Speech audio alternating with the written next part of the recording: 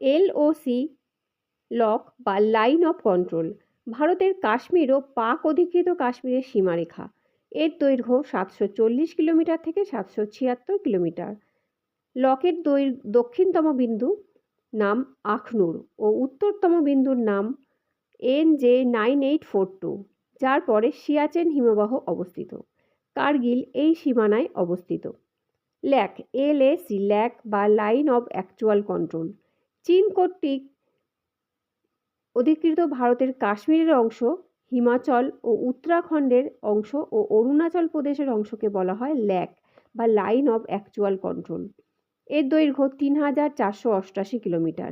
এটি 3টি বিচ্ছিন্ন অংশে বিভক্ত, কিন্তু ভারতের কাশ্মীর ও চীন অধিকৃত কাশ্মীরের মধ্যে স্থলসীমা ল্যাক বলে বেশি পরিচিত।